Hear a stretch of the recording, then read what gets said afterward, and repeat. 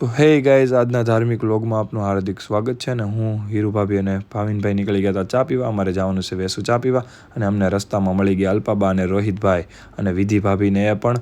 અને ભાઈ આ બધું અમારું કપલ છે, જોવો ભાઈ, નવું કપલ છે બધાય. અને ભાઈ ઠંડી બધાને બહુ જ લાગતી હતી.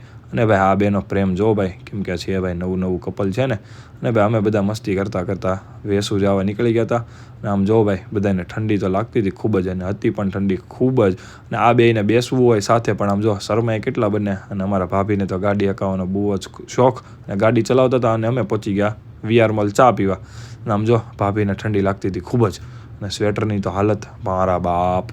અને આમ જો ચિરાગભાઈ હસતા હતા અમારે, એને વિધિ ભાભીના. અને આ બંનેને તો ઠંડી જેટલી લાગતી હતી. આમ જો અમારા અલ્પાબાને ઠંડી લાગે. અને અમારા રોહિતભાઈ આપી દીધો હતો ચાનો ઓર્ડર. આ જો અમારા ચા લવર બધા, વિધિ ભાભી, ચિરાગભાઈ, હર્ષભાઈ, અમારા બે ચા લે પાછા. અને આમ જો ભાવિનભાઈ, રોહિતભાઈને તો ચા એનો તો બહુ જ રસ. અને બધાએ પી લીધી અમે બધાએ ચા. અને ભાઈ આમ જો ચા પીધાની પછીની હાલત, નાના છોકરા પણ સારા કહેવાય. આમ જો તોડે છે. અમારી વિધિ ભાભીને તો હક જ ન થાય. અને મારા માનું ભાભી તો નાના છોકરાને હારા કહેવાય. આમ જો એનું મગજ જો ચા પીધા પછી કેવું કરે.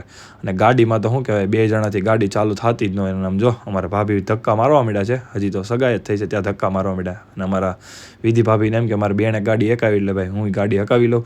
અને ભાઈ પછી તો અમે ઘર તરફ જવા નીકળી ગયા બધા જ, હું, વિધિ ભાભી, હિરલ ભાભી અને અમારા ભાઈઓ. જો હમણાં રોહિતભાઈ તો આગળ જ ભાગે. અને આમ જો ભાઈ મસ્તી કરતાં અમે નીકળી ગયા ઘર તરફ જવા. અને અમારા હિરલ ભાભીને એમ કે ભાઈ અમારા વિધિ ભાભી હકાવે એટલે ભાઈ મારે ગાડી હકાવી જ તે. અમદાવાદનું પાર્સિંગ છે ભાઈ, એને ગાડી તો આવડે ભૂમ ભમાટી. અને પછી અમે બધા આવી ગયા ઘરે. અને અમારા માનુ ભાભીને આપી દીધી અમે રજા, કહી દીધું બાય બાય. અને પછી અમે બધા આવી ગયા ઘરે. આજના ધાર્મિક વ્લોગમાં આજે એટલું જ છે. જય શ્રી કૃષ્ણ, જય સિયારામ.